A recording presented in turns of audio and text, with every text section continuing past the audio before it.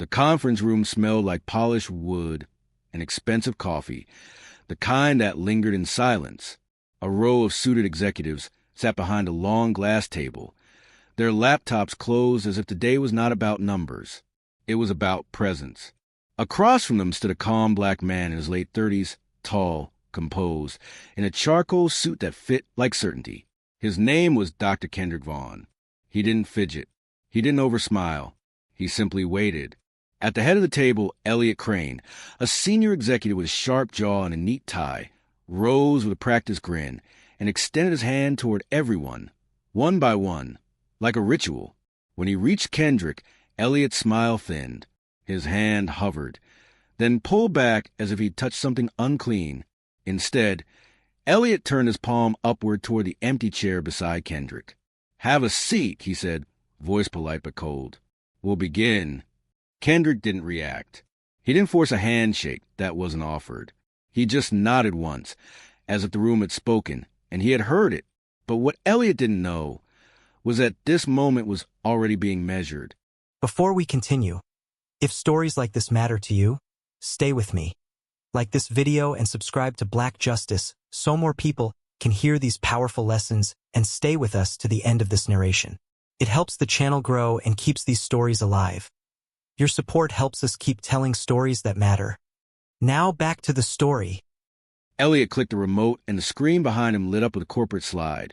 Culture and Leadership Standards, Q1 Review. He spoke as if he owned the air. Before we discuss the merger, he said, we need alignment. We need leaders who fit the brand. People who understand optics. Kendrick's eyes stayed steady. Across the table, a board member, Ms. Halstead, silver-haired and sharp, leaned forward slightly, watching Elliot more than the screen. Elliot glanced at Kendrick again, as if bothered by his calm. "So, Dr. Vaughn," Elliot said, "your resume is impressive, but I'm curious, what makes you think you're ready for this level of decision-making?" Kendrick's voice was low, controlled. "I'm not here to convince anyone of my worth," he said. "I'm here to answer questions honestly." Elliot let out a small laugh, quiet, almost friendly. "Honesty is good," he said. "Confidence is fine too, but arrogance can be misplaced." Each word made the room smaller. Kendrick nodded once, like he was taking notes without writing anything down. On the far side of the table, Mr. Givens, another board member, shifted in his chair. His eyes flicked toward Ms. Halstead, then back to Elliot, like he was waiting for a line to be crossed. Elliot continued. "This company has a certain image," he said, "and our clients expect a specific tone. Some people don't naturally communicate that tone." Kendrick's jaw tightened briefly, not with anger, but with awareness. "So you're talking about competence," Kendrick said. Elliot's smile returned. "I'm talking about fit." The silence did more damage than the insult. A young assistant entered quietly to refill water glasses. She paused as she noticed Kendrick, offering him a small, polite nod. Elliot didn't see it. Or maybe he did and didn't care. Elliot leaned onto the table. "Let's be direct," he said. "The board is considering you for a leadership role if this merger goes through. But leadership is also social. It's relationships. It's handshakes and introductions." Kendrick's eyes lifted, calm as stone. "You refuse to shake my hand," Kendrick said, voice gentle. Elliot's expression barely shifted. "I didn't want to interrupt your flow," he said. "You look busy." Kendrick didn't argue. He didn't raise his voice. He simply looked at the people behind Elliot, at the board members, like he understood something Elliot didn't. Ms. Halstead's fingers tapped lightly on the table once. 2 taps. A small sound that somehow carried weight. Elliot kept going, too confident to notice the room changing. "Now," he said, gesturing at the screen, "our values include inclusion." "Of course. But inclusion doesn't mean we lower standards." Kendrick replied in one sentence. "Respect is not a standard you lower. It's a standard you keep." Elliot's smile faltered for half a second. Then he recovered. "You're passionate," he said. "That's admirable. But I'm looking for someone who can stay neutral." Kendrick blinked slowly. "Neutral about what?" he asked. Elliot waved a hand, like the question was dramatic. About everything, he said. About these perceptions. And that was when Ms. Halstead finally spoke. Mr. Crane, she said softly, do you know why Dr. Vaughn is in this room today? Elliot turned toward her, surprised. I assumed, he said. We were evaluating him like we evaluate all candidates. Ms. Halstead's gazed and blinked. We are, she said, and you are being evaluated as well.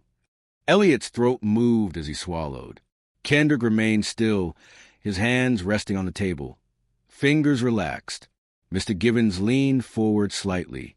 Elliot, he said, when you refused to shake his hand, what exactly were you thinking? Elliot's laugh came out too quickly. Oh, come on, he said. It wasn't that. Let's not make this into. Ms. Halstead lifted her hand, not aggressively, just enough to stop him. Please, she said, answer the question. The room was quiet now. No keyboard clicks. No air conditioning hum. Just breath and expectation. Elliot's eyes darted. His mind searched for a safe sentence. I didn't refuse, he said. I just didn't think it mattered. Kendrick's voice came gently, almost kind. It mattered, he said. Elliot turned to Kendrick, irritation flashing behind his polished face. You're making an assumption, Elliot snapped, then caught himself, lowering his tone. I mean, you're interpreting it. Kendrick leaned back slightly. I'm not interpreting, he said. I'm observing. Ms. Halstead nodded once, as if a final piece had locked into place. Mr. Crane, she said, Dr. Kendrick Vaughn is not a candidate. Elliot froze. Mr. Givens exhaled slowly, then added, he's external culture and compliance advisor the board hired last month. Elliot's eyes widened. Kendrick's calm didn't change. The merger partner required an ethics review, Kendrick said, and this board required something else. Elliot tried to laugh again, but it didn't find air. So this is a test, he said. Ms. Halstead's voice stayed gentle, which made it worse. It was an observation, she said. A simple moment, a handshake, a basic human courtesy. Elliot's face tightened. This is ridiculous, he said, trying to regain control. I've led this division for 7 years. Kendrick looked directly at him, not with anger, just truth. And in 7 years, Kendrick said, how many people learned to stay silent because it was easier than being respected? Elliot's mouth opened, then closed. The room didn't rescue him. Ms. Halstead slid a folder across the glass table. It stopped in front of Elliot like a quiet verdict. Your division has had 5 discrimination complaints in 18 months, she said. All settled quietly, all with the same pattern. Elliot stared at the folder like it wasn't real. That's not, he began. Kendrick spoke softly, the sentence landing clean. He didn't raise his voice. He raised the truth. And in that moment, it was clear the truth wasn't Kendrick's weapon. It was the board's. Ms. Halstead continued, calm and procedural. Effective immediately, she said. You are relieved of your duties pending a full review. Your interim replacement has already been selected. Elliot's breath stuttered. You can't do this, he said, voice strained. Not like this. Mr. Givens replied in a single sentence. We can, and we must. Elliot stood abruptly, chair scraping. The sound felt loud in the quiet. Kendrick remained seated, gaze steady, not triumphant. Elliot looked around the room, searching for an ally. He found only eyes that had finally opened. Ms. Halstead nodded toward the door. Human Resources is waiting outside, she said. They will escort you.